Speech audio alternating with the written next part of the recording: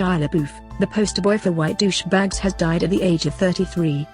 He had a drug problem, an irritable bowel problem, but it was his attitude problem that got him stabbed in the face by an MS-13 gang member. Mr. Labeouf died like he lived. A tread upon, bitch-ass, soft honky fag. Upon his death, his mother remarked, "That looks like him, except for the jagged hole in his face. Can you recommend somebody good for a closed casket funeral?" Shia once said, "If I have enough money to eat, I'm good." He got his wish, he was slaughtered wealthy, and on a full stomach. So, therefore, I guess, he is, quote, good. The coroner added, "He is as good as dead." In life, Shia was considered a misunderstood genius by people who didn't understand anything. In France, he was more aptly referred to as Shia Labeouf. Mr. Labeouf got his start in the show, Freaks and Geeks, where he fittingly played one of the douchebags. In real life, he was widely hated by freaks, geeks, jocks, cheerleaders, yearbook staffers, majorities, minorities, pretty much everybody, except for Steven Spielberg. He made his mark in the big-budget movie, Transformers, where he once again reprised his role as the douchebag. His round flimsy jaw, and his overall whiny, little pussy looks had somehow made him an action star.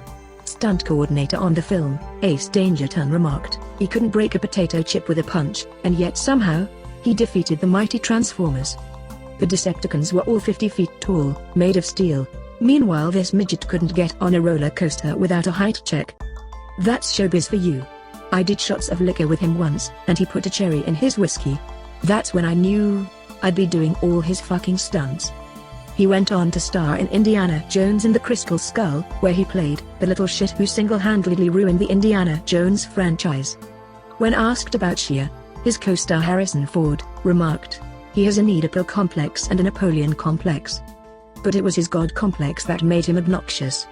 I can deal with someone who is short, or wants to fuck his mother, but I ain't bowing down to no motherfucking 5'7", puny little bitch god. And you can quote me on that." Mr. Labeouf had offset problems as well.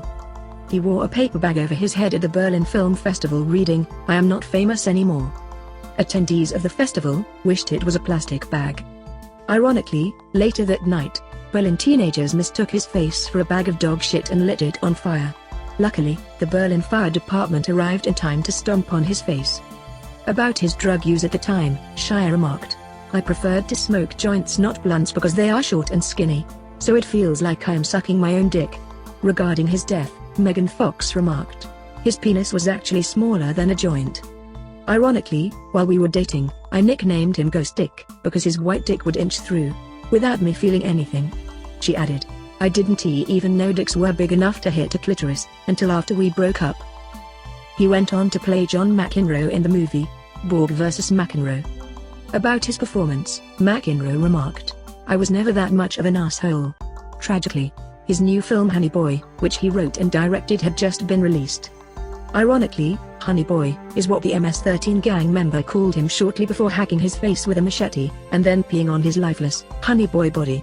And with that, Shia Said Labeouf is dead at the age of 33. This has been Jane Robotsky for Artificial News. This has been a harmless, savage production. A real man doesn't apologize. He tells you to go fuck your mother.